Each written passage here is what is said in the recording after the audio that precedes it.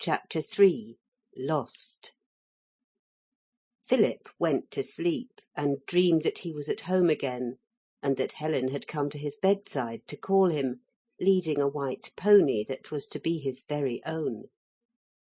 It was a pony that looked clever enough for anything, and he was not surprised when it shook hands with him. But when it said, "Well, we must be moving," and began to try to put on Philip's shoes and stockings, Philip called out, "Here, I say, stop that!" and awoke to a room full of sunshine, but empty of ponies. "Oh, well," said Philip, "I suppose I'd better get up." He looked at his new silver watch, one of Helen's parting presents, and saw that it marked 10 o'clock. "I say, you know," said he to the watch, "you can't be right." And he shook it to encourage it to think over the matter, but the watch still said 10, quite plainly and unmistakably. Now the Grange breakfast time was at 8, and Philip was certain he had not been called. "This is jolly rum," he remarked. "It must be the watch. Perhaps it's stopped." But it hadn't stopped. Therefore it must be 2 hours past breakfast time. The moment he had thought this he became extremely hungry. He got out of bed as soon as he knew exactly how hungry he was. There was no one about, so he made his way to the bathroom and spent a happy hour with the hot water and the cold water, and the brown Windsor soap, and the shaving soap, and the nail brush, and the flesh brush, and the loofahs, and the shower bath, and the 3 sponges. He had not so far been able thoroughly to investigate and enjoy all these things. But now there was no one to interfere, and he enjoyed himself to that degree that he quite forgot to wonder why he hadn't been called. He thought of a piece of poetry that Helen had made for him about the bath, and when he had done playing he lay on his back in water that was very hot indeed, trying to remember the poetry. The water was very nearly cold by the time he had remembered the poetry. It was called Dreams of a Giant Life, and this was it. Dreams of a Giant Life. What was I once in ages long ago? I look back and I see myself. We grow so changed through changing years, I hardly see how that which I look back on could be me. Never mind grammar. Glorious and splendid, giant-like I stood on a white cliff, topped by a darkling wood. Below me, placid, bright and sparkling, lay the equal waters of a lovely bay. White cliffs surrounded it, and calm and fair it lay asleep in warm and silent air. I stood alone, naked and strong, upright, my limbs gleamed in the clear, pure, golden light. I saw below me all the water lie expecting something, and that thing was I. This is correct grammar, but never mind. I leaned, I plunged, the waves splashed over me. I lay a giant in a little sea. White cliffs all round, wood-crowned, and as I lay, I saw the glories of the dying day. No wind disturbed my sea. The sunlight was as though it came through windows of gold glass. The white cliffs rose above me, and around the clear sea lay, pure, perfect, and profound. And I was master of the cliffs, the sea, and the gold light that brightened over me. Far miles away my giant feet showed plain, rising like rocks out of the quiet main. On them a lighthouse could be built, to show wayfaring ships the way they must not go. I was the master of that cliff-girt sea. I splashed my hands, the waves went over me, and in the dimples of my body lay little rock pools where small sea beasts might play. I found a boat, its deck was perforate. I launched it, and it dared the storms of fate. Its woollen sail stood out against the sky, supported by a mast of ivory. Another boat rode proudly to my hand, upon its deck 1,000 spears did stand. I launched it, and it sped full fierce and fast against the boat that had the ivory mast and woollen sail and perforated deck. The two went down in one stupendous wreck.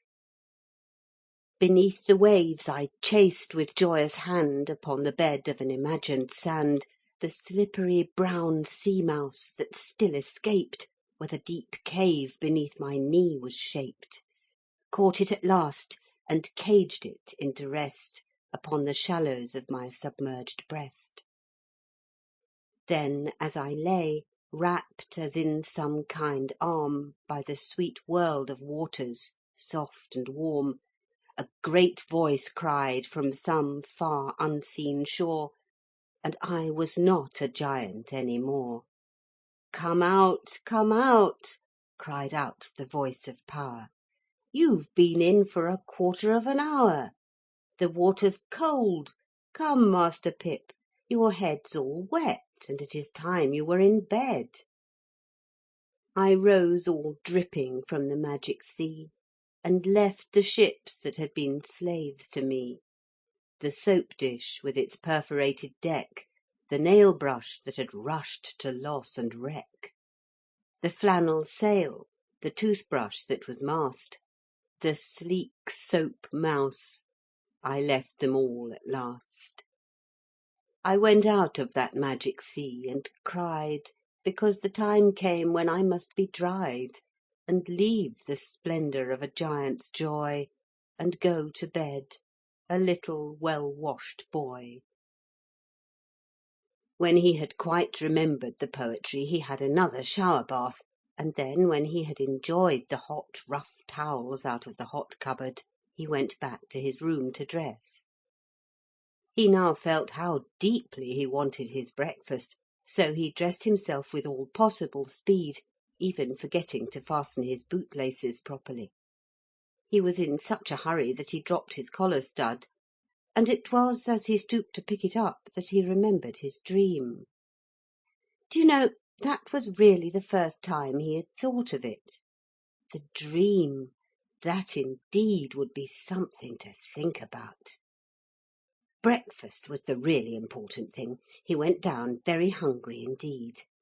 "I shall ask for my breakfast directly I get down," he said.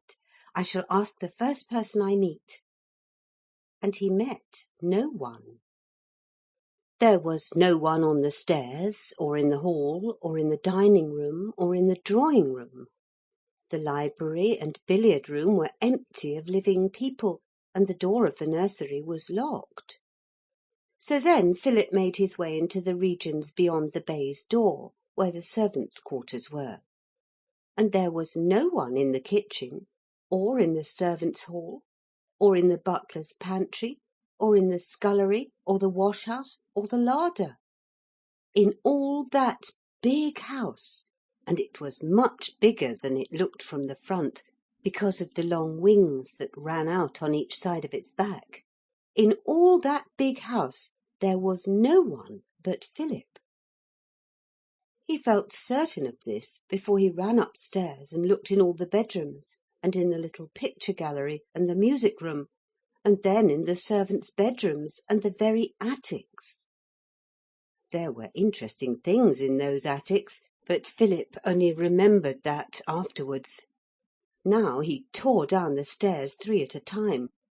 All the room doors were open as he had left them, and somehow those open doors frightened him more than anything else.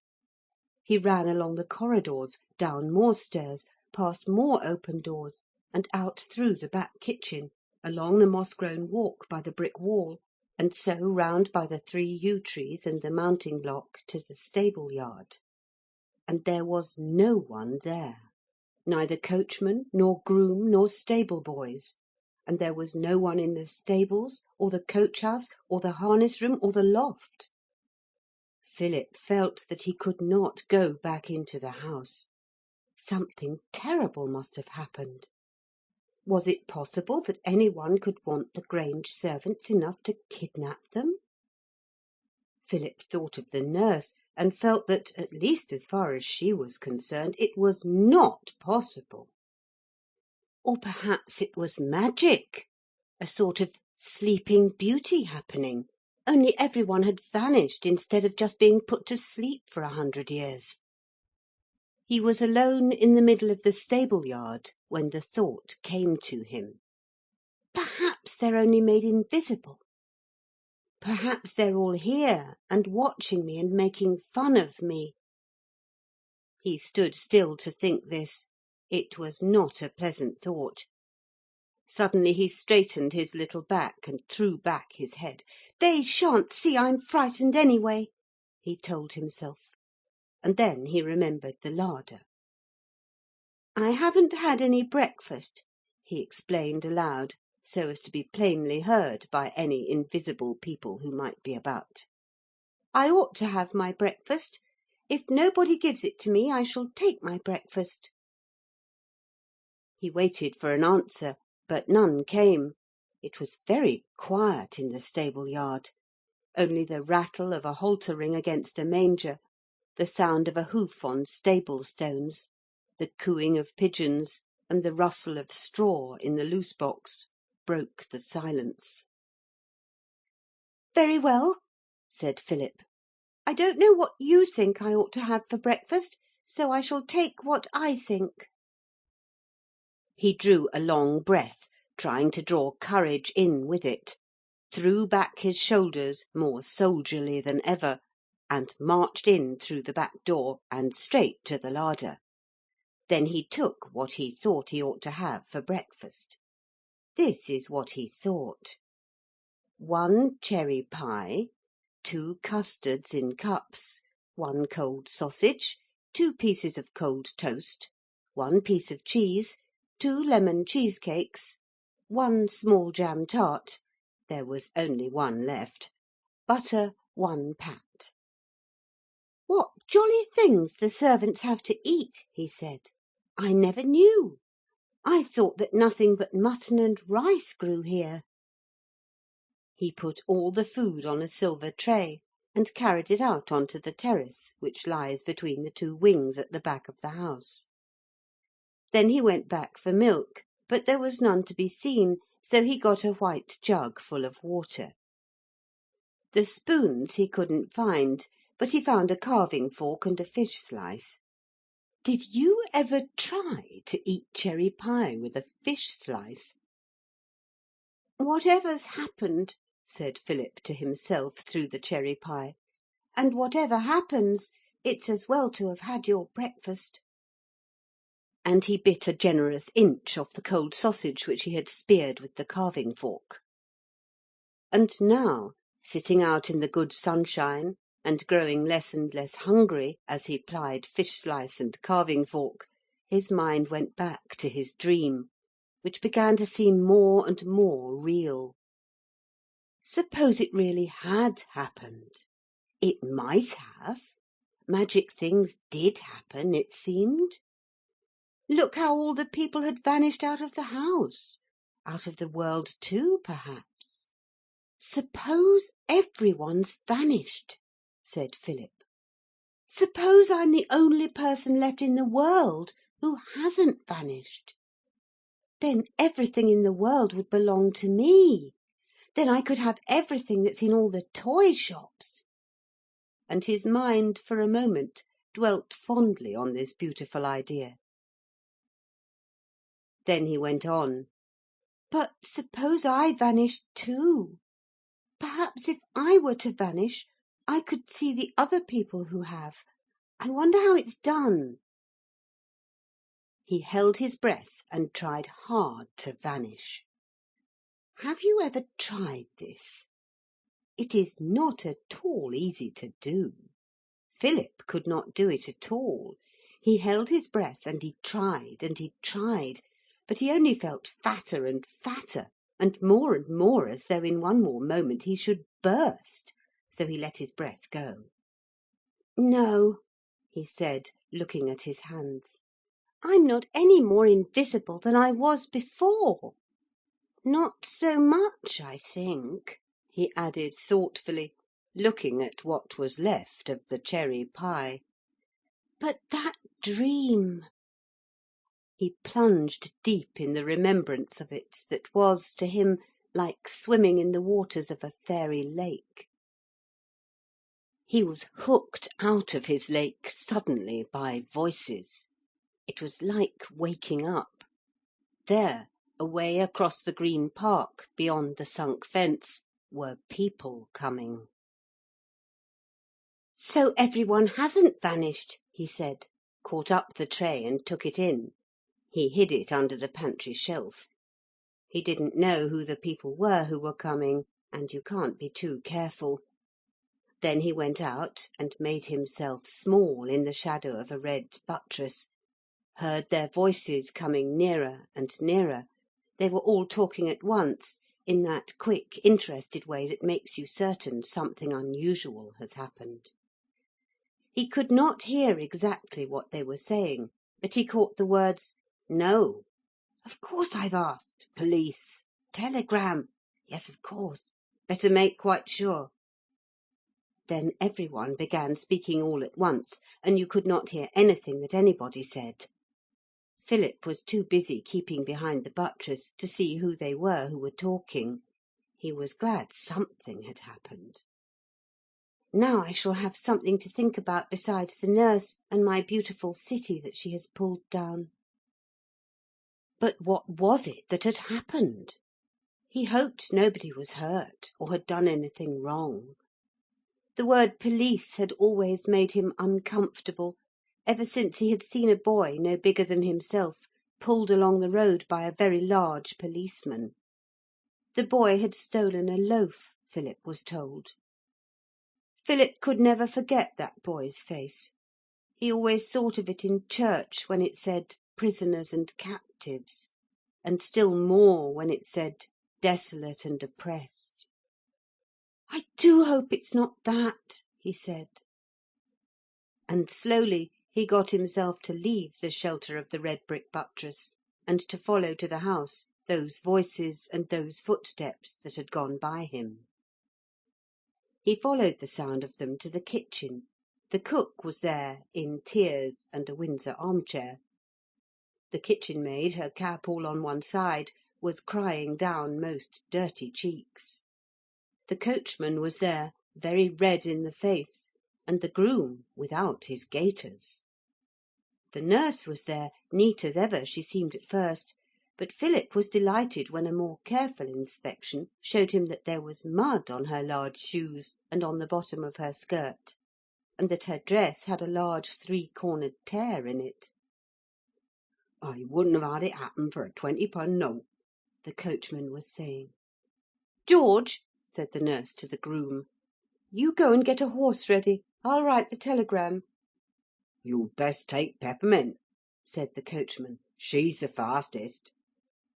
The groom went out, saying under his breath, "Teach your grandmother," which Philip thought rude and unmeaning. Philip was standing unnoticed by the door. He felt that thrill, if it isn't pleasure it is more like it than anything else, which we all feel when something real has happened. But what had happened?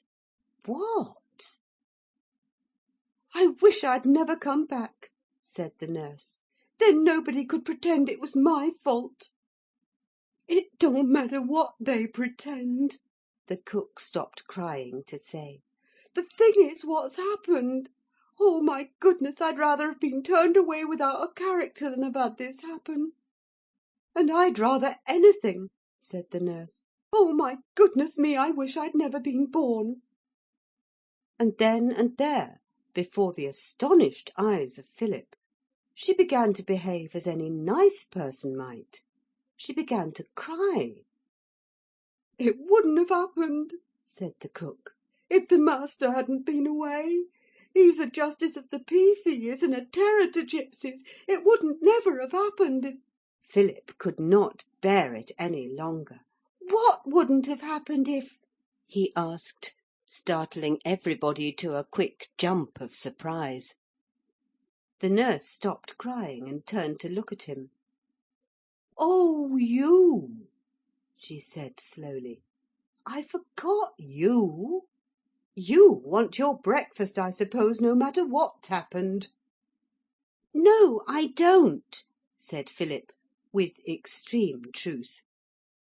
"I want to know what has happened." "Miss Lucy's lost," said the cook heavily. "That's what's happened. So now you know. You run along and play like a good little boy, and don't make extra trouble for us in the trouble we're in." "Lost?" repeated Philip. "Yes, lost. I expect you're glad," said the nurse, "the way you treated her. You hold your tongue, and don't let me so much as hear you breathe the next 24 hours. I'll go and write that telegram." Philip thought it best not to let any one hear him breathe. By this means he heard the telegram when nurse read it aloud to the cook. "Peter Graham, Esquire, Hotel Wagram, Brussels. Miss Lucy lost. Stop. Please come home immediately. Stop. Filkins." "I don't see why you sign it, Filkins. You're only the nurse. I'm the head of the house when the family's away, and my name's Bobson," the cook said. There was a sound of torn paper. "There, the paper's tore. I'd just as soon your name went to it," said the nurse. "I don't want to be the one to tell such news." "Oh, my good gracious, what a thing to happen," sighed the cook. "Poor little darling." Then somebody wrote the telegram again, and the nurse took it out to the stable yard, where Peppermint was already saddled. "I thought," said Philip, bold in the nurse's absence, "I thought Lucy was with her aunt." "She came back yesterday," said the cook. "Yes, after you'd gone to bed. And this morning that nurse went into the night nursery, and she wasn't there. Her bed all empty and cold, and her clothes gone. Though how the gipsies could have got in without waking that nurse is a mystery to me, and ever will be. She must sleep like a pig." "Or the 7 sleepers," said the coachman. "But what would gipsies want her for?" Philip asked. "What do they ever want anybody for?" retorted the cook. "Look at the heirs that's been stolen. I don't suppose there's a titled family in England but what's had its heirs stolen one time and another." "I suppose you've looked all over the house," said Philip. "I suppose we ain't deaf and dumb and blind and silly," said the cook. "Here's that nurse. You be off, Mr. Philip, without you want a flea in your ear." And Philip at the word was off. He went into the long drawing-room and shut the door. Then he got the ivory chessmen out of the Boule cabinet and set them out on that delightful chess-table whose checkers are of mother of pearl and ivory, and tried to play a game, right hand against left. But right hand, who was white, and so moved first, always won. He gave up after a while and put the chessmen away in their proper places. Then he got out the big book of photographs of pictures, but they did not seem interesting. So he tried the ivory spellicans, but his hand shook, and you know spellicans is a game you can't play when your hand shakes. And all the time, behind the chess and the pictures and the spellicans, he was trying not to think about his dream, about how he had climbed that ladder stair, which was really the yardstick, and gone into the cities that he had built on the tables. Somehow he did not want to remember it. The very idea of remembering made him feel guilty and wretched. He went and looked out of the window, and as he stood there, his wish not to remember the dream made his boots restless, and in their shuffling his right boot kicked against something hard that lay in the folds of the blue brocade curtain. He looked down, stooped, and picked up little Mr. Noah. The nurse must have dropped it there when she cleared away the city. And as he looked upon those wooden features, it suddenly became impossible not to think of the dream. He let the remembrance of it come, and it came in a flood. And with it the remembrance of what he had done. He had promised to be Lucy's noble friend, and they had run together to escape from the galloping soldiers, and he had run faster than she, and at the top of the ladder of safety, he had not waited for her. Any old hero would have waited for her and let her go first, he told himself. Any gentleman would, even any man, let alone a hero. And I just bunked down the ladder and forgot her. I left her there. Remorse stirred his boots more urgently than before. But it was only a dream, he said. And then remorse said, as he had felt all along that it would if he only gave it a chance, but suppose it wasn't a dream, suppose it was real, suppose you did leave her there, my noble friend, and that's why she's lost. Suddenly Philip felt very small, very forlorn, very much alone in the world. But Helen would come back. That telegram would bring her. Yes, and he would have to tell her that perhaps it was his fault. It was in vain that Philip told himself that Helen would never believe about the city. He felt that she would. Why shouldn't she? She knew about the fairy tales and the Arabian Nights, and she would know that these things did happen. "Oh, what shall I do? What shall I do?" he said quite loud, and there was no one but himself to give the answer. "If I could only get back into the city," he said. "But that hateful nurse has pulled it all down and locked up the nursery, so I can't even build it again. Oh, what shall I do?" And with that he began to cry. For now he felt quite sure that the dream wasn't a dream, that he really had got into the magic city, had promised to stand by Lucy, and had been false to his promise and to her. He rubbed his eyes with his knuckles, and also, rather painfully, with Mr. Noah, whom he still held.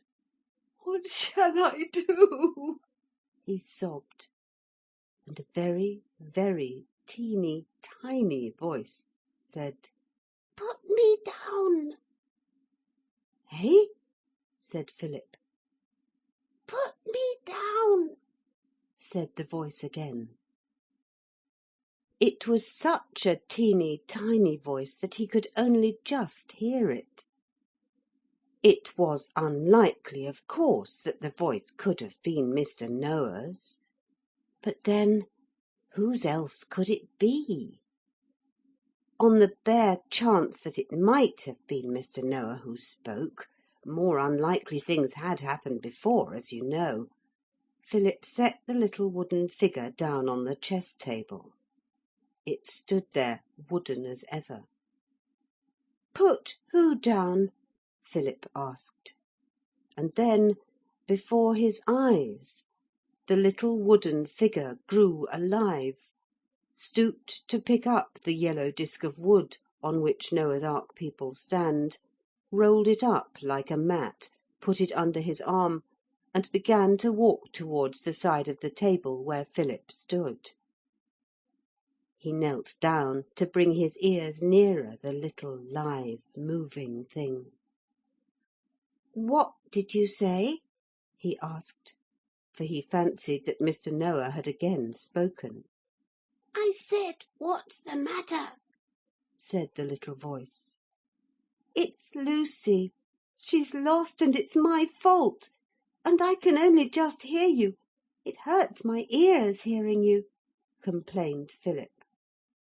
"There's an ear trumpet in a box on the middle of the cabinet," he could just hear the teeny tiny voice say. "It belonged to a great aunt. Get it out and listen through it." Philip got it out. It was an odd curly thing, and at first he could not be sure which end he ought to put to his ear, but he tried both ends, and on the second trial he heard quite a loud, strong, big voice say, "That's better." "Then it wasn't a dream last night," said Philip. "Of course it wasn't," said Mr. Noah. "Then where is Lucy?" "In the city, of course, where you left her." "But she can't be," said Philip desperately. "The city's all pulled down and gone for ever." "The city you built in this room is pulled down," said Mr. Noah, "but the city you went to wasn't in this room. Now I put it to you, how could it be?" "But it was," said Philip, "or else how could I have got into it?" "It's a little difficult, I own," said Mr. Noah, "but you see you built those cities in two worlds. It's pulled down in this world, but in the other world it's going on." "I don't understand," said Philip. "I thought you wouldn't," said Mr. Noah, "but it's true for all that. Everything people make in that world goes on for ever." "But how was it that I got in?" "Because you belong to both worlds, and you built the cities, so they were yours." "But Lucy got in." "She built up a corner of your city that the nurse had knocked down." "But you," said Philip, more and more bewildered, "you're here, so you can't be there." "But I am there," said Mr. Noah. "But you're here, and you're alive here. What made you come alive?" "Your tears," said Mr. Noah. "Tears are very strong magic. No, don't begin to cry again. What's the matter?" "I want to get back into the city." "It's dangerous." "I don't care." "You were glad enough to get away," said Mr. Noah. "I know. That's the worst of it," said Philip. "Oh, isn't there any way to get back? If I climbed in at the nursery windows and got the bricks and built it all up and—" "Quite unnecessary, I assure you. There are 1,000 doors to that city." "I wish I could find one," said Philip. "But I say, I thought time was all different there. How is it Lucy is lost all this time if time doesn't count?" "It does count now," said Mr. Noah. "You made it count when you ran away and left Lucy. That set the clocks of the city to the time of this world." "I don't understand," said Philip. "But it doesn't matter. Show me the door and I'll go back and find Lucy." "Build something and go through it," said Mr. Noah. "That's all. Your tears are dry on me now. Good bye." And he laid down his yellow mat, stepped on to it, and was just a little wooden figure again. Philip dropped the ear trumpet and looked at Mr. Noah. "I don't understand," he said. But this at least he understood, that Helen would come back when she got that telegram, and that before she came he must go into the other world and find the lost Lucy. "But oh," he said, "suppose I don't find her?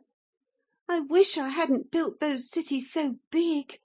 And time will go on, and perhaps when Helen comes back she'll find me lost too, as well as Lucy." But he dried his eyes and told himself that this was not how heroes behaved. He must build again. Whichever way you looked at it, there was no time to be lost. And besides, the nurse might occur at any moment. He looked round for building materials. There was the chess table. It had long narrow legs set round it, rather like arches.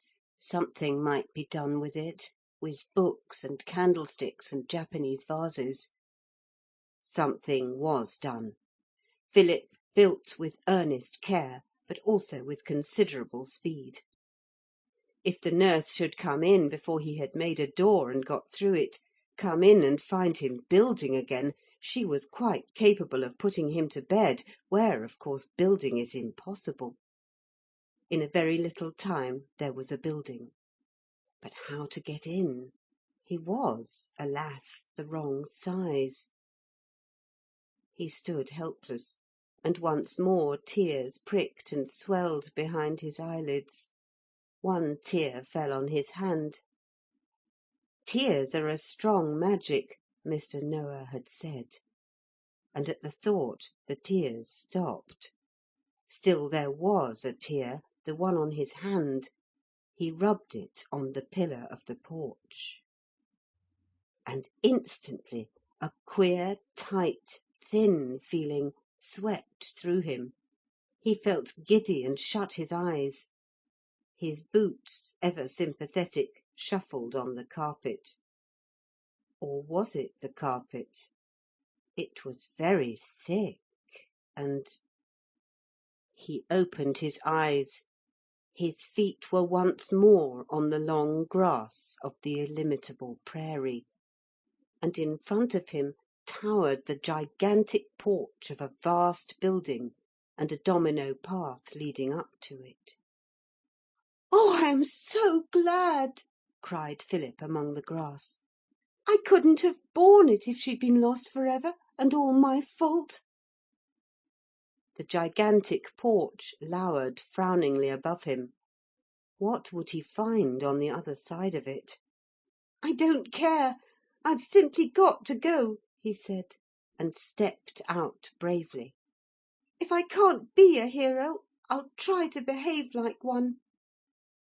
And with that he stepped out, stumbling a little in the thick grass, and the dark shadow of the porch received him. "Bother the child!" said the nurse, coming into the drawing-room a little later. "If he hasn't been at his precious building game again! I shall have to give him a lesson over this, I can see that. And I will, too, a lesson he won't forget in a hurry." She went through the house, looking for the too bold builder that she might give him that lesson. Then she went through the garden, still on the same errand. Half an hour later she burst into the servants' hall and threw herself into a chair. "I don't care what happens now," she said. "The house is bewitched, I think. I shall go the very minute I've had my dinner." "What's up now?" the cook came to the door to say. "Up?"